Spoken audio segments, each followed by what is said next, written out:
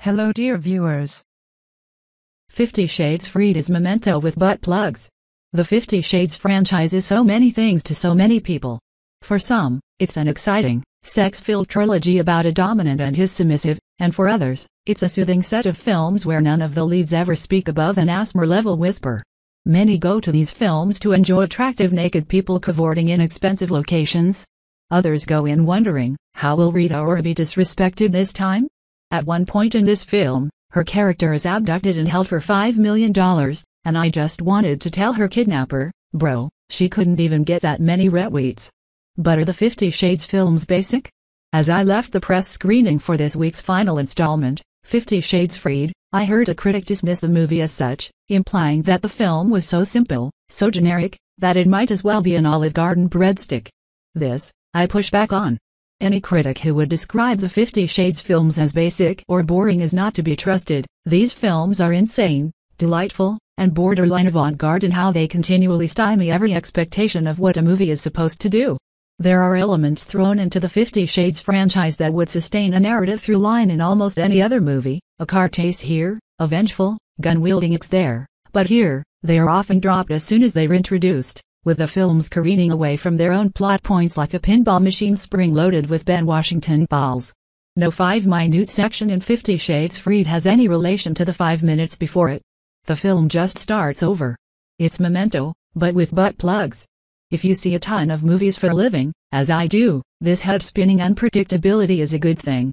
Movies have become so locked into a 3-act structure prescribed by screenwriting guru Sid Field that if you give me the first 10 minutes of a film, I can usually tell you what will happen in the last 10 minutes. Some might say that's good storytelling. I say, give me a movie like 50 Shades Darker, which opens with a montage of vaginal rose petals and unexpectedly climaxes with a heartfelt scene delivered in front of a Vin Diesel poster. Trilogies, in particular, are now so commonplace that a story arc spread over 3 films feels as familiar as the ascent and fall of a roller coaster. But as I watched 50 Shades Freed, I had no idea if it would ever pay off things set up in the previous 2 movies, if it cared to, or even where we were in the narrative. Smothered in a Danny Elfman score that eternally crescendos like a telenovela about to cut to commercial break, I started to lose track of the nature of time itself. I could only mark 10-minute increments based on the fact that another sex scene was beginning, and when the movie ended, seemingly out of nowhere, with a line of dialogue that truly should be regarded an all-time classic, I howled, sat stunned in my seat for a full 30 seconds, then rose to my feet to give the entire franchise a standing ovation. I've watched pundits applaud Christopher Nolan for the twisty way he employs time-shifting narratives in Dunkirk, but that has nothing on 50 Shades Freed, where the movie shows us Dakota Johnson opening a butt play drawer at Jamie Dornan's insistence, suddenly cuts to her sitting down at work the next day, then flashes back to a scene of missionary sex that challenges the viewer to ask him or herself, wait, does she have that snow globe in her ass right now?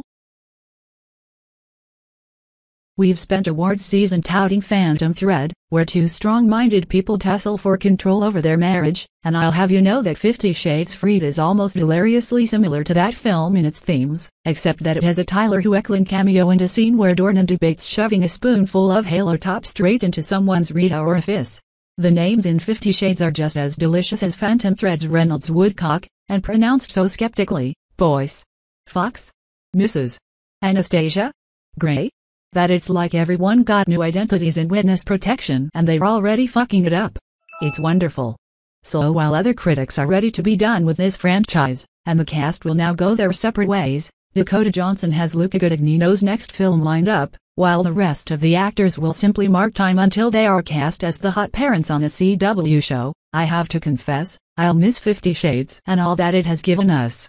This trilogy kept me on my toes until the very end, and offered more joy and entertainment than most actual good movies do.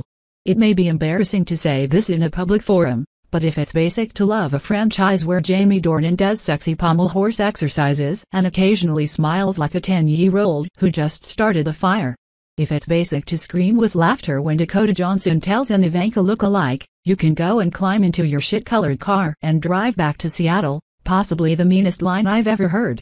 If it's basic to download a different streaming music app just so 50 Shades artists Ellie Goulding and Corinne Bailey Rae don't dominate my carefully curated year-end Spotify list, well, hand me that pumpkin spice latte and make laurenconrad.com my homepage, Because I'm 50 shades of fucked up, and I'm loving it.